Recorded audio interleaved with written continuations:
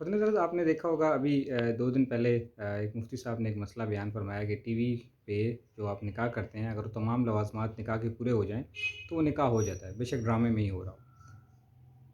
اب یہ مسئلہ ٹھیک ہے یا نہیں، اس پہ تو میں آئی ایم ناٹ کوالیفائڈ انف کہ میں اس کے اوپر کوئی بات کروں، اس پہ تو کوئی مسند مفتی صاحب ہی بتائیں گے کہ انہوں نے درست مسئلہ بیان کیا ہے یا نہیں۔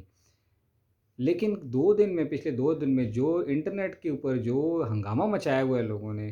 ایک سے ایک بڑھ کر کوئی کام کرے، کوئی میمز بنا رہا ہے اس کے اوپر، کوئی اس کے اوپر جو ہے وہ اپنے یوٹیوبر جو ہے وہ ویوز کے لیے اپنے لگا ہوا ہے، کوئی کہتا ہے جی میرے 5 نکاح ہوئے ہیں، کوئی کہتا ہے جی میرے 8 ہو گئے ہیں، میرے تو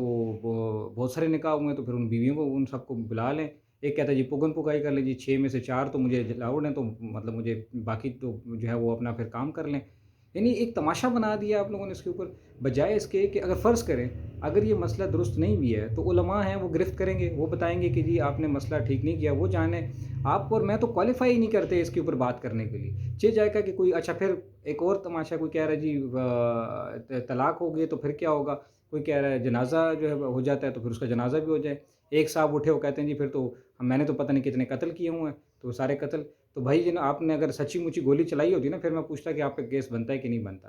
یعنی آپ تماشا، یعنی دین ایک تو آپ کو دین کا کوئی پتہ ہے نہیں، بنے ہیں آپ ادھر فلسفے پر جھاڑنے کے لیے، بجائے اس کے اگر فرض کریں گے مسئلہ سچا ہے اور صحیح مسئلہ ہے اور ایسا ہی ہے تو پھر تو آپ کو توبہ استغفار کرنی چاہیے کہ آپ نے جو ہے ایک گناہ کا کام کیا، بے شک جانے میں کیا یا انجانے میں کیا، لیکن توبہ استغفار کریں۔ الٹا آپ جو ہیں وہ میمز بنا رہے ہیں اور ویڈیوز بنا رہے ہیں اور ایک ہنگامہ مچایا ہوا ہے نیٹ کے اوپر آپ لوگوں نے۔ تماشا، کوئی شرم ہوتی ہے، کوئی حیا ہوتی ہے؟